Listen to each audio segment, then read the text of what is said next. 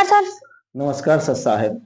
तो सर आप हमें ये बताइए कि जो संत रामपाल जी महाराज जी का भंडारा होना है 6, 7, 8 फरवरी को, तो ये संत रामपाल जी महाराज जी के जो अनुयायी हैं वो सभी को कार्ड वितर रहे हैं, दे रहे हैं कि हमारे गुरु जी के बिल्कुल भंडारे में आना है। बिल्कुल बिल्कुल जो भी इस वीडियो को देख रहे हैं उन सभी को भी हमारी तरफ से निमंत्रण है। सदगुरु संत रामपाल जी, जगत गुरु संत रामपाल जी महाराज जी के भंडारे में अवश्य आए। तो सर एक बात ये भी तो है, जो संत रामपाल जी महाराज जी तो ठीक है, बाकी और जो धर्म गुरु भंडारा करते हैं उसमें मना क्यों करते हैं संत रामपाल जी महाराज जी की किसी के भंडारे में नहीं जाना? देखो जी, क्या है, जो शास्त्र के अनुसार भंडारा होता है उसमें पुण्य अर्जित होता है, और जो शास्त्र के अनुसार भंडारा नहीं होता है उसमें पुण्य अक्षीण होते हैं।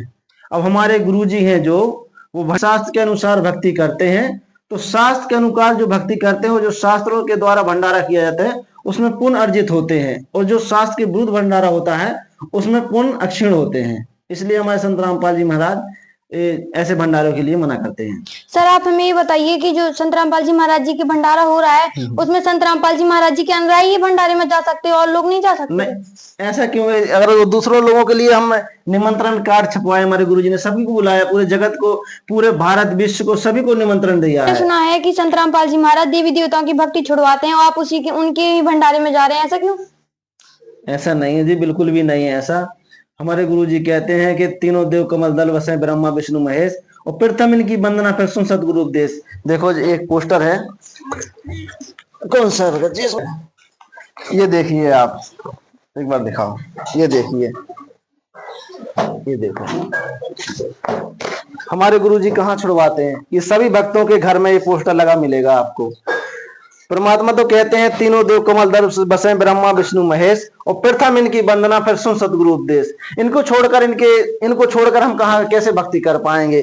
गुरु जी कहते हैं ये तो प्रथम है, और आप कहते हैं कि देवी देवताओं की भक्ति छुड़वाते हैं। ये सिर्फ एक अफवाह है और कुछ नहीं है। ऐसा कुछ नहीं है कि संत रामपाल जी महाराज देवी देवताओं को छुड़वाते हैं, बल्कि उनकी जो भक्ति है, शास्त्र के अनुसार जो भक्ति है, उस भक्ति को शास्त्र के अनुसार बताते हैं, विधिवत तरीका से। उनके जो मंत्र हैं, मूल मंत्र हैं, वो हमको देते हैं, ताकि देखो, पत्ते में अगर हम पानी डालेंगे तो हमको पेड़ का कोई भी लाभ नहीं मिलेगा, जब हम जड़ में पानी डालेंगे तो पेड़ का पूरा लाभ मिलेगा। इसी तरह संत रामपाल जी महाराज शास्त्र के अनुसार पूरी विधिवत भक्ति बताते हैं। ऐसा नहीं है कि देवी देवताओं की भक्ति छुड़वाते हैं, ये एक अफवाह फैला रखी है कि वो तो देवी देवताओं की भक्ति छुड़वाते हैं जी।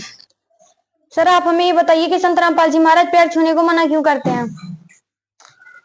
जी बिल्कुल, आप ही बताइए, आपसे मैं जानना चाहता हूं बहन जी कि पैर को क्या मानते हैं लोग। पैर को बताते हैं कि शूद्र है, चारों वर्ण हमारे शरीर में है, जैसे ब्रह्म, वैश्य, क्षत्रिय, वैश्य, शूद्र, इस तरह के 4 वर्ण हमारे शरीर में है। अब एक किसी कोई भी पैर को हम छूकर और मस्तक में लगा रहे हैं तो ये भगवान का अपमान होता है। ब्रह्मदेव यहाँ निवास करते हैं और किसी मतलब शूद्र माना जाता है पैर को। पैर को छूकर हम मस्तक में लगा रहे हैं तो क्या सामने वाला ब्रह्मदेव से बड़ा हो गया? ऐसा नहीं है। इसलिए हमारे गुरुजी मना करते हैं कि पैर ना किसी को छूने हैं, ना किसी के छुपवाने हैं, ना किसी के छूने, ना किसी से छुपवाने हैं।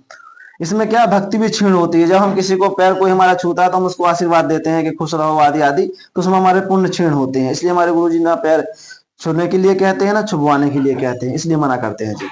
जी सर एक प्रश्न और है, जो संत रामपाल जी महाराज जी एक तरफ है शास्त्र के अनुसार भक्ति बताते हैं, मतलब शास्त्र खोल के दिखाते हैं, फिर मंदिर मस्जिद में जाने को मना क्यों करते हैं? मंदिर मस्जिद में क्या है?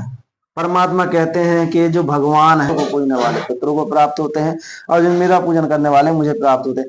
पिंडदान क्या है? पितरों की पूजा है। और पूजा हम किस लिए करते हैं? कि स्वर्ग में जाएंगे, हमारी मुक्ति हो जाएगी, हमारा मोक्ष हो जाएगा।